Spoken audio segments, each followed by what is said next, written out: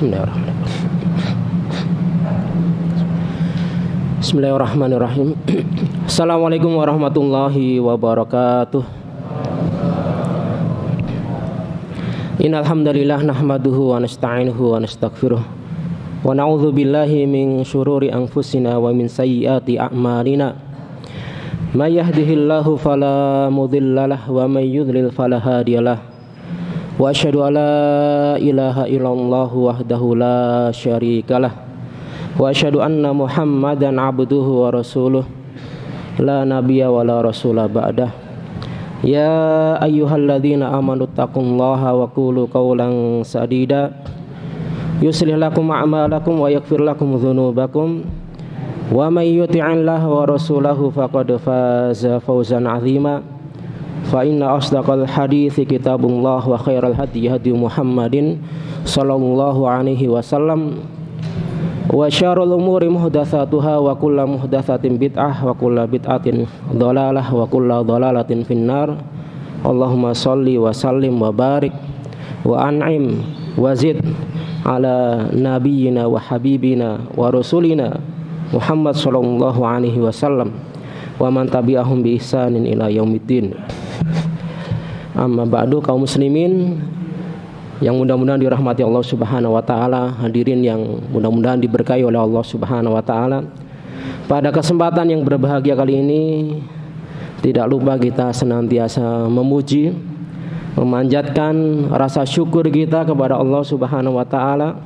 Mudah-mudahan dengan rasa syukur tersebut Allah Subhanahu wa taala tambahkan kenikmatan kepada kita semuanya, dan ditambahkan keimanan dan keistiqomahan kita dalam meniti sunnah-sunnah Rasulullah Sallallahu Alaihi Wasallam.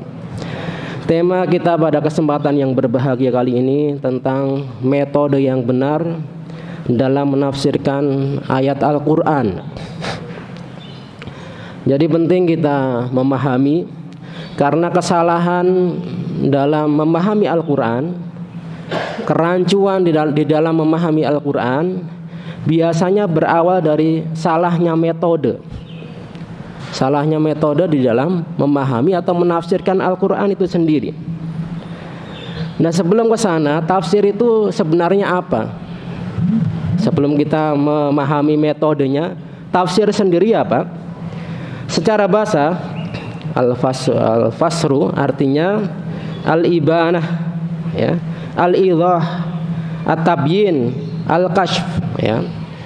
Secara bahasa artinya adalah menyingkap, yaitu menyingkap makna-makna yang terkandung di dalam Al-Quran.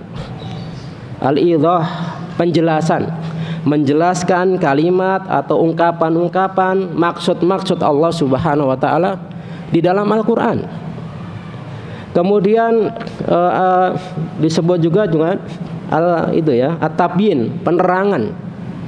Jadi menerangkan ayat-ayat Allah Subhanahu wa taala di dalam Al-Qur'an. Jadi seorang mufasir itu adalah orang yang berusaha mencoba menerjemahkan maksud-maksud Allah Subhanahu wa taala di dalam Al-Qur'an. Oleh karena itu para mufasir itu syuhada Allah, saksi-saksi Allah Subhanahu wa taala di muka bumi ini. Karena mereka berusaha mencoba dengan ijtihad mereka, kemampuan akal mereka tertinggi dan semaksimal mungkin tentang maksud-maksud Allah Subhanahu wa taala. Jadi bukan maksud dirinya sendiri, tidak. Maksud Allah Subhanahu wa taala di dalam Al-Qur'an. Ya. Sehingga di sana banyak sekali syarat-syarat seseorang menjadi mufasir. Nanti bisa dipelajari atau dikaji tersendiri. Dan mufasir pertama yaitu Rasulullah Shallallahu Alaihi Wasallam sendiri. Jadi pak mufasir yang paling pertama itu Nabi Shallallahu Alaihi Wasallam sendiri. Kemudian dari madrasah, ya, Nabi Shallallahu Alaihi Wasallam itu keluar banyak mufasirin. Ada kitab Tafsir wal Mufassirun. Ya seperti misalnya, ya, sebut saja Khulafaur Rasyidin, itu juga pakar tafsir, ya. Ibnu Mas'ud, Ibnu Abbas, Zaid bin Thabit, Abu Musa al-Asy'ari, Ubay bin Ka'ab, Anas bin Malik, Abdullah bin Zubair dan banyak. Setelah itu di zaman Utsman bin Affan radhiyallahu taala anhu, para sahabat ini yantashir, ya, menyebar, khuruj dari Madinah. Ada yang mereka menetap, ya, di Madinah sendiri seperti Ubay bin Ka'ab. Murid, ya, terbaiknya adalah Zaid bin Aslam. Kemudian ada yang di Mekah, ya, seperti Abdullah bin Abbas radhiyallahu taala anhuma, ya. Beliau mencetak Mujahid, ya, dan Tawus, ya. Kalau Anda membaca tafsir dari Mujahid itu sudah cukup, ya, kata para ulama begitu. Kemudian ada yang di Kufah, di Irak, seperti Abdullah bin Mas'ud, ya. Murid terbaiknya Alqamah dan Masruq rahimahullahu jami'an. Nah, kaum muslimin yang dirahmati Allah Subhanahu wa taala, ya, itu sepintas tentang tafsir. Jadi berusaha menyingkap, menjelaskan, menerangkan maksud Allah di dalam Al-Qur'an itu sendiri. Nah, bagaimana cara atau metodenya? Ya, metode yang paling baik adalah metode menafsirkan ayat Al-Qur'an dengan Al-Qur'an itu sendiri. Ya, tafsirul Qur'an bil Qur'an. Ini yang paling utama. Dan ini ada 4, kaum muslim sekalian.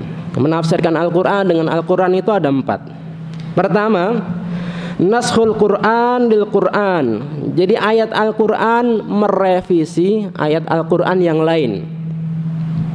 Contohnya, wa min thamaratin nakhil wal a'nab tattakhiduna minhu sakara wa rizqan hasana. Surat An-Nahl ayat 67. Dan dari buah-buahan kurma dan anggur, kalian ambil dari anggur dan kurma itu sakaron, minuman yang memabukkan, dibuat khamr. Ini dari zaman dulu di Madinah itu terkenal khamr itu, karena mereka punya kebun anggur. Dan rizqan hasana, rezeki yang baik, dijual, ya, dibuat zabib atau kismis, ya. Memang dari pertanian atau usaha dari kurma dan anggur ini memang rizqan hasanah, ya, rezeki yang baik, yang halal. Sampai sekarang di Indonesia yang bisnis kurma, yang bisnis anggur, petani kurma, masya Allah, tabarakallah, ya. Nah, ayat ini kemudian dinasakh. Dinasakh itu direvisi lah, mudahnya begitu. Dengan ayat Allah Subhanahu wa taala, ya ayyuhalladzina amanu innamal khamru wal maisir wal ansab wal azlam rijsun min amali syaitan fajtanibuhu la'alakum tuflihun. Surat Al-Maidah ayat 90. Wahai orang-orang yang beriman, sesungguhnya khamr, ya, tadinya kan dibolehkan tuh khamr, akhirnya diharamkan, fajtanibuhu, jauhi itu, jauhi. Berarti ini ayat Al-Qur'an, menafsirkan ayat Al-Qur'an dari sisi merevisi, ya. Seperti ya ayyuhalladzina amanu ittaqullaha haqqa tuqatih. Bertakwalah kalian kepada Allah dengan sebenar-benarnya takwa. Kata Ibnu Mas'ud radhiyallahu taala anhu, Allah tidak diingat terus, enggak pernah dilupakan, ditaati enggak pernah dimaksiati, disyukuri enggak pernah dikufuri. Berat para sahabat. Turun ayat Allah Subhanahu wa taala, fattaqullaha mastata'tum. Ya. Yang kedua, yaitu tafsir Al-Qur'an dengan Al-Qur'an. Metodenya itu takhsisul Qur'an li umumil Qur'an. Jadi mengkhususkan ayat-ayat Al-Qur'an yang sifatnya umum. Contoh ini, walladzina yutawaffawna minkum wa yadharuna azwajan yatarabbasna bi anfusihinna arba'ata asyhuri wa asyra. Seorang wanita yang ditinggal mati oleh suaminya, masa idahnya, masa tunggunya nggak boleh dia menikah, arba'ata asyhur wa asyra, 4 bulan 10 hari. Ini hukum Allah Subhanahu wa taala. Biar rahimnya itu benar-benar istibra, benar-benar bersih. Tapi kalau dia kondisinya sedang hamil, ya, ditinggal oleh suaminya dalam kondisi hamil dari suami yang meninggal, maka masa idahnya ada ayat yang menjelaskannya, yang mengkhususkannya. Wa ulatul ahmal ajaluhunna ayyadhna hamlahun.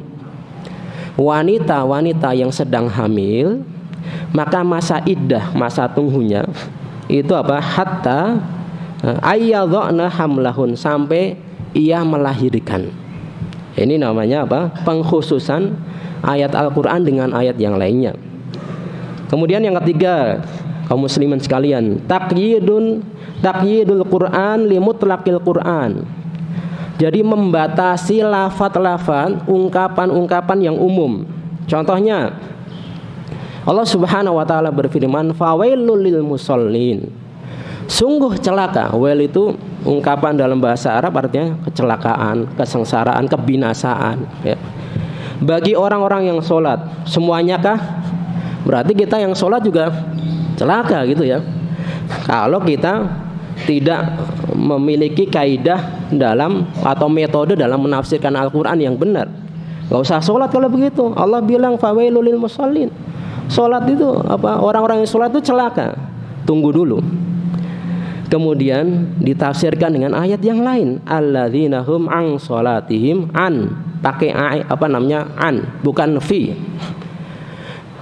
Kalau fi ya enggak, hampir semua kita mungkin lalai.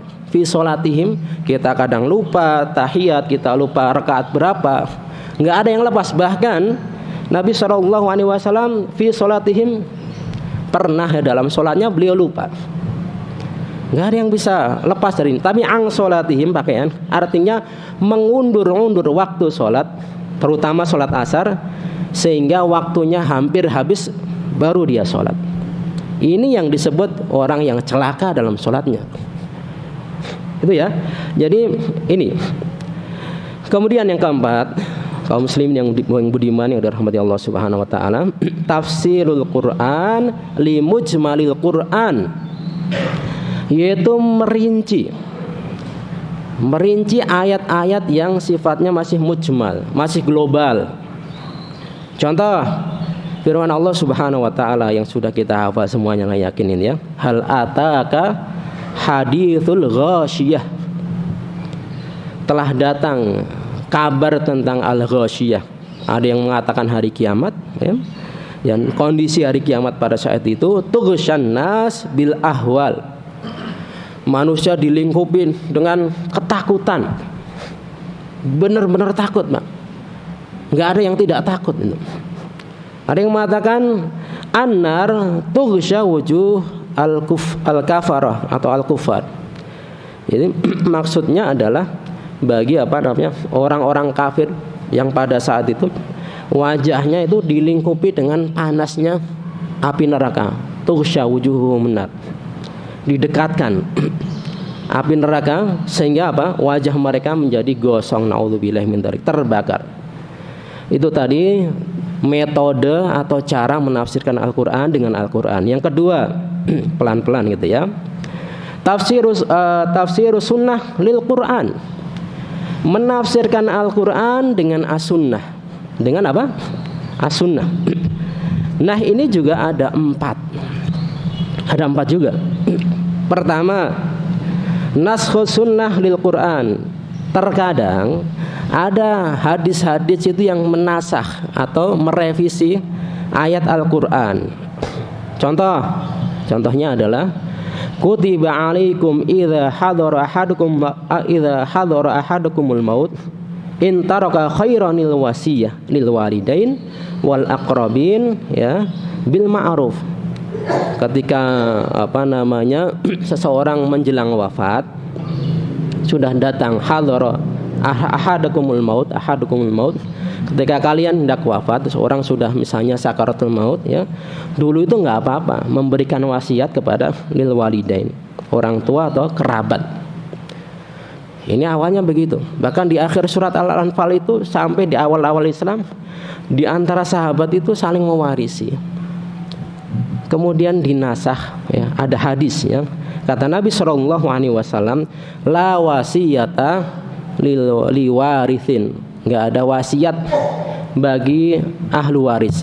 Ahlu waris itu orang-orang yang secara syar'i sudah mendapat jatah warisan.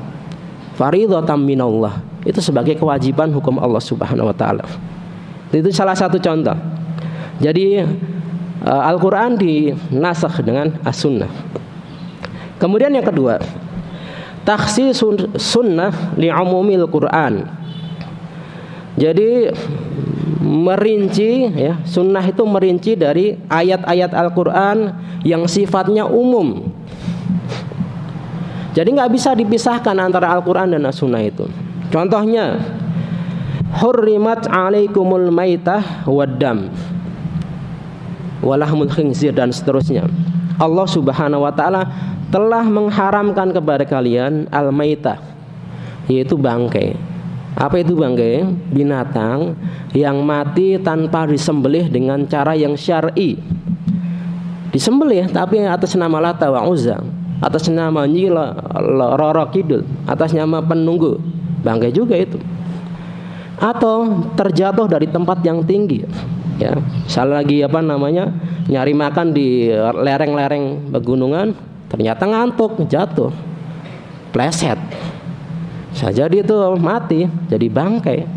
Nah, itu atau sakit kena virus, ya, virus flu burung, naudzubillah, dan lain sebagainya, ya. Jadi diharamkan bangkai dan darah. Di dalam hadis dikecualikan. Apa itu? Uhillat lana maitatan wa daman. Dihalalkan bagi kami 2 bangkai dan 2 darah.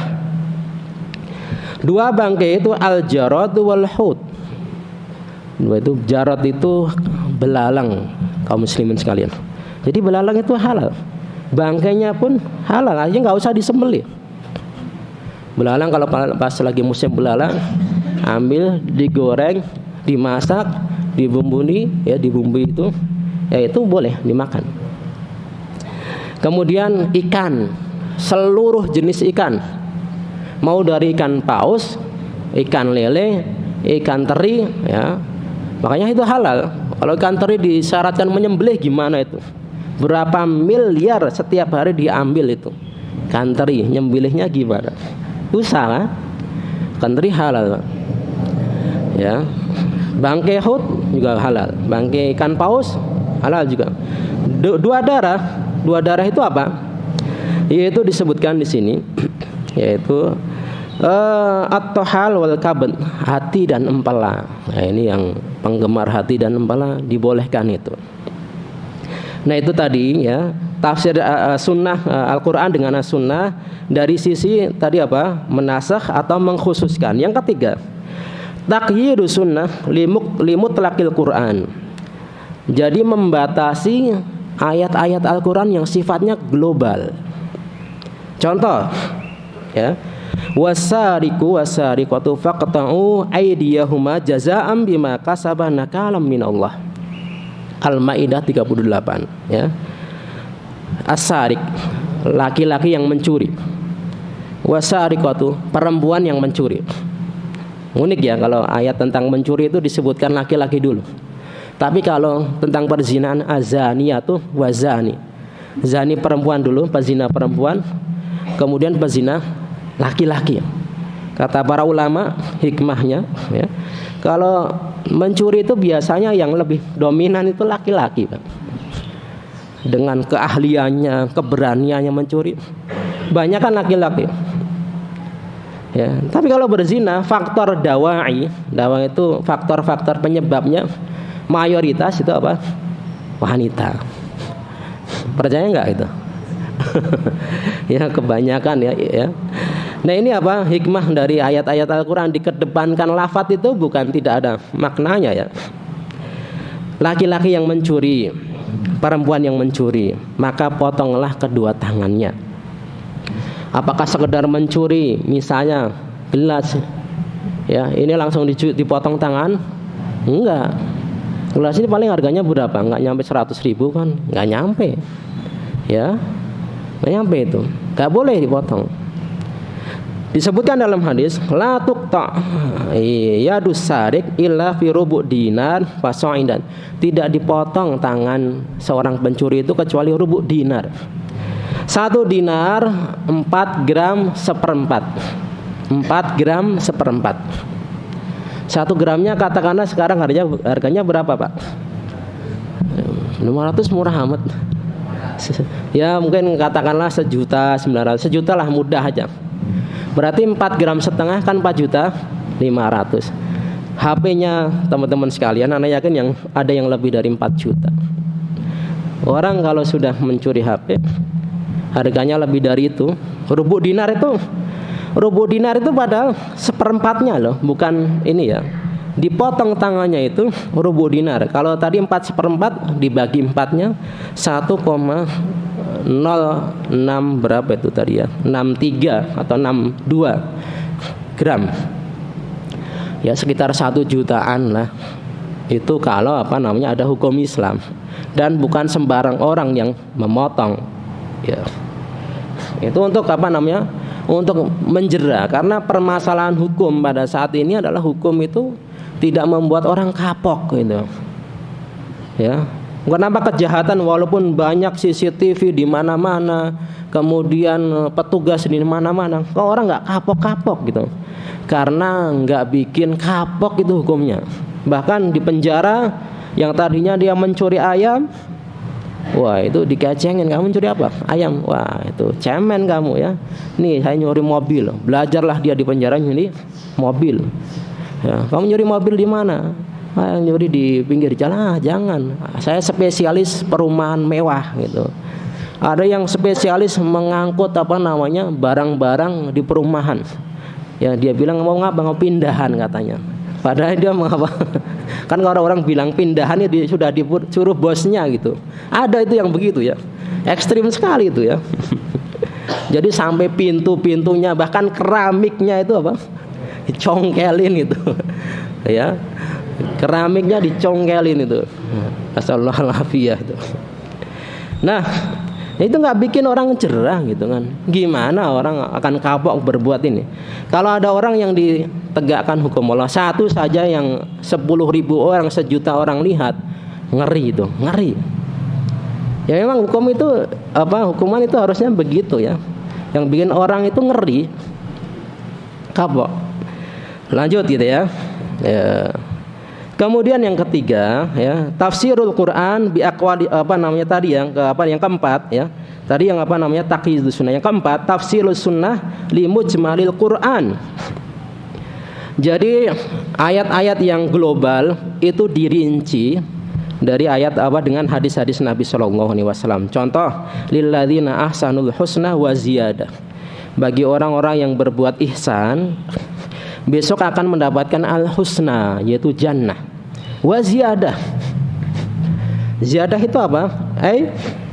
An-nazar ila wajhillah. Jadi bukan sekedar masuk, tapi ditambah melihat wajah Allah Subhanahu wa taala. Jadi bisa melihat wujuhi yauma idzin nadhirah. Pada hari itu wajah mereka sumringah, berseri-seri. Ketemu sama teman yang sudah lama, teman SD, SMP, SMA, kuliah yang udah lama. Ya, ketemu orang tua yang lama nggak berjumpa, saudara yang nggak lama berjumpa, wajah orang itu berseri-seri. Ketemu sama calon istri ya, baru calon doang ya, itu wajah orang itu sumringah. Apalagi ketemu dengan Allah Subhanahu wa taala, Rabbul Alamin, Allah yang pemilik segala-galanya. Pada hari itu wajah-wajah mereka berseri-seri, ila rabbiha nadhirah, memandang wajah Allah Subhanahu wa taala. Ya mudah-mudahan Allah Subhanahu wa taala berikan kepada kita semuanya untuk mendapatkan kenikmatan yang mulia ini. Itu yang pertama tadi, tafsir Al-Qur'an dengan Al-Qur'an dengan rinciannya, kedua Al-Qur'an dengan As-Sunnah dengan rinciannya. Yang ketiga ya, tafsirul Qur'an bi aqwali sahabah. Ya. Tafsirul Qur'an bi aqwali sahabah. Menafsirkan Al-Qur'an dengan perkataan sahabat ya. Sahabat itu siapa sih?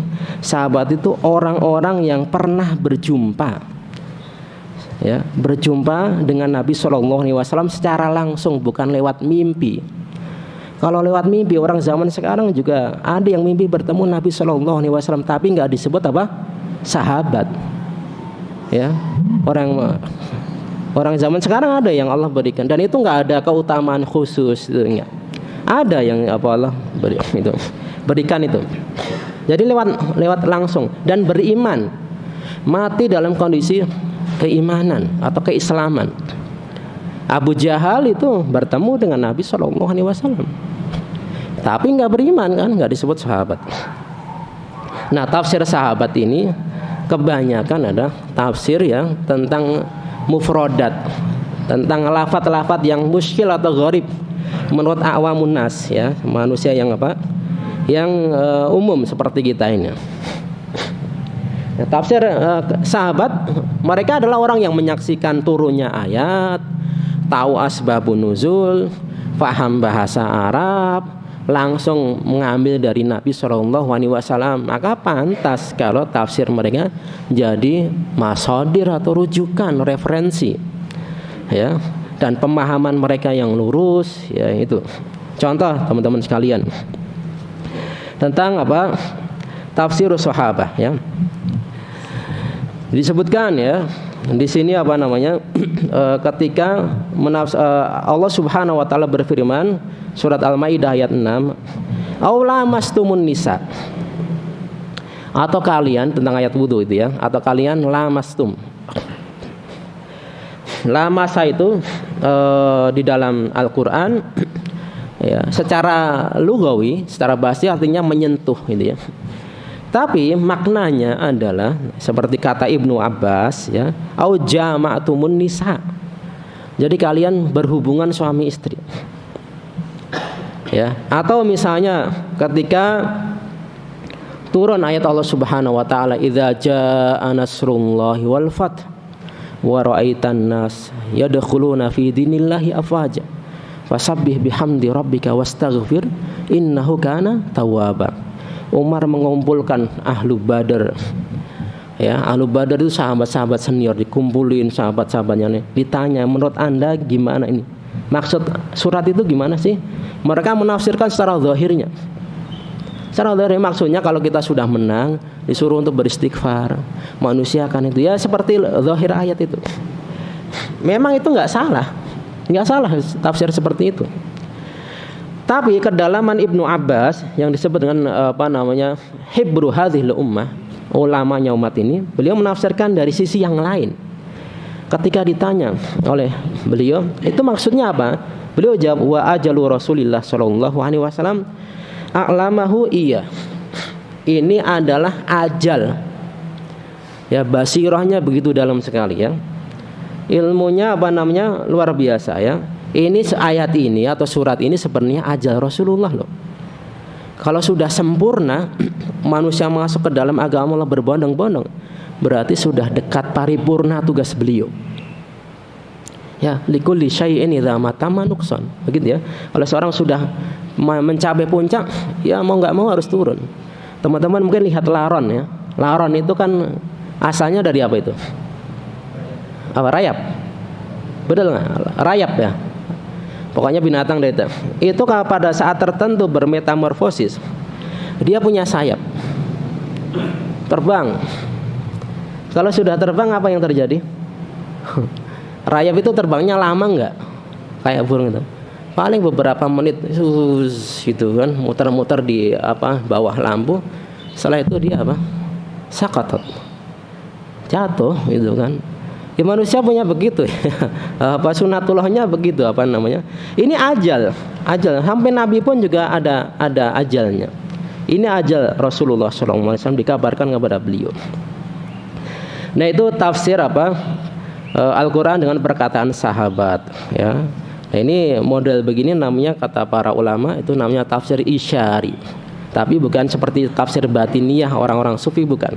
Isyari, ya. Syaratnya sanadnya nyampe kepada Nabi SAW. Yang kedua, tidak bertentangan dengan nas-nas Qur'ani ataupun hadis tafsir sahabat itu. Paling tidak ada dua syaratnya, ya. Pertama adalah nyambung, karena tafsir sahabat, ya, tidak bisa direkayasa, harus dengan nukilan, ya, harus dengan apa? Riwayat. Kemudian jika bertentangan, ya, dengan ayat Al-Quran atau As-Sunnah, maka itu ditarjih, ya, ayat-ayat yang dikedepankan. La tuqaddimu baina yadayillahi wa rasulihi, ya, tidak boleh mengedepankan perkataan Allah dan Rasulnya. Nah ini, jadi ini pentingnya kita kembali kepada penafsiran sahabat dan manhaj mereka. Maksudnya manhaj itu dalam pokok-pokok beragama mereka, bukan dalam rincian. Ya, kembali kepada manhaj sahabat ya maksudnya kepada pokok-pokok yang disepakati. Karena dalam rincian ibadah atau fikih para sahabat itu juga berbeda pendapat. Dalam rincian tafsir juga sama, dan pendapat mereka tidak saling bertentangan. Ya. Kemudian yang keempat, tafsirul Al-Quran dengan perkataan tabi'in. Perkataan siapa? Tabi'in itu muridnya para sahabat. Ya, seperti tadi Ibnu Abbas punya murid gitu kan, Mujahid sama Tawus ya. Contohnya firman Allah Subhanahu wa taala, a'udzubillahi minasyaitonirrajim, qul a'udzu birabbil falaq. Katakanlah aku berlindung dengan Rabb Al-Falaq yang memiliki falak. Al-Falaq itu apa? Dikatakan oleh Mujahid Al-Falaq ay as-subh, waktu subuh. Ya, waktu subuh. Aku berlindung kepada Rabb yang memiliki waktu subuh. Kemudian wa annahu kana yaqulu safihuna 'ala Allahi syatata. Surat Al-Jin ayat 72.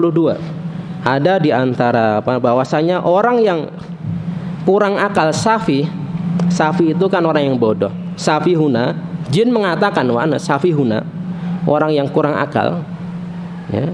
'Ala Allahi syatata. Mereka lancang, melampaui batas terhadap Allah Subhanahu wa taala. Nah, kata safi di sini maksud kata Mujahid artinya adalah iblis. Maksudnya safi itu iblis. Ya karena memang iblis itu walaupun logikanya ini ya, katakanlah dia bisa berlogika ana khairum minhu, lebih baik daripadanya. Itu safi, disebutnya safi. Iblis itu. Ya, orang yang bodoh dari kalangan itu ya, mereka. Nah, ini tafsir apa? Tafsir Al-Qur'an metodenya dengan perkataan tabi'in ya. Karena ini juga termasuk generasi yang terbaik ya, khairul quruni qarni tsumma alladzina yalunahum tsumma alladzina yalunahum. Sebaik-baik masa adalah masaku, masa Rasulullah dan para sahabat, kemudian para tabi'in dan tabi'ut tabi'in. Yang terakhir kaum muslimin yang berbahagia ya, yaitu yang kelima berarti ya, tafsirul Quran bil lughatil arabiyyah. Kenapa kok enggak pakai bahasa Indonesia saja? Ya, kita kan orang Nusantara gitu ya. Kenapa enggak kita kembangkan gitu ya dengan bahasa Indonesia saja? Enggak. Karena inna anzalna Qur'anan Arabiyyan. Kami turunkan Al-Qur'an itu dengan bahasa Arab. Allah Maha Kuasa memilih bahasa Arab. Gitu ya. Nah, di antara contohnya ya, contohnya aqimus shalah. Tegakkan salat. Ya, dirikanlah salat. As-shalah, salat itu secara bahasa artinya ad-du'a. Maksudnya aqimus shalah itu bukan lakukan atau tegakkan doa, bukan. Ya, dari mana kita taunya? Ya, dari makna-makna bahasa Arab. Ya, maksudnya adalah perbuatan yang khusus ya, dengan atau perbuatan dan perkataan yang khusus dengan gerakan khusus, dengan bacaan yang khusus di waktu yang khusus. Ya, ibadah seperti itu yang sudah kita ketahui bersama. Aqimus shalah itu artinya dirikanlah salat itu. Tapi kata salat terkadang didahulukan atau dimaknai doa dengan qarain, dengan apa? Pendukung-pendukung yang lain. Contoh, khudz min amwalihim shadaqatan tutahhiruhum wa tuzakkihim biha wa sholli alaihim. Nah ini, ambillah dari harta mereka sebagai zakat sedekah yang wajib, tutahhiruhum wa tuzakkihim biha. Dengan zakat itu bisa menyucikan dan bisa membersihkan mereka. Jadi dengan zakat atau dengan mereka berzakat itu membersihkan hati. Ya. Membersihkan hati mereka. Ya. Wa sholli alaihim. Nah, sholli itu salatlah kepada mereka. Maksud salat di sini adalah doakanlah, seperti Nabi SAW ketika menerima zakat dari keluarga Abu Aufa, Allahumma sholli ala Abi Aufa. Ya Allah, berkailah hartanya. Nah ini ya, terkadang makna lughah atau bahasa Arab dikedepankan. Nah ini secara ringkas tentang metode yang benar dalam menafsirkan Al-Quran. Al-Quran dengan Al-Quran, Al-Quran dengan As-Sunnah, Al-Quran dengan perkataan sahabat, Al-Quran dengan perkataan tabiin, dan dengan bahasa Arab. Nanti masih ada lagi tentang kaidah-kaidah yang seperti usul fikih, kemudian ulumul Quran, ya banyak gitu ya. Paling tidak ini yang utama.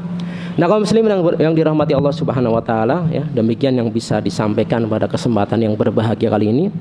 Kurang lebihnya mohon maaf. Subhanakallahumma bihamdika asyhadu an la ilaha illa anta astaghfiruka wa atubu ilaik. Assalamualaikum warahmatullahi wabarakatuh.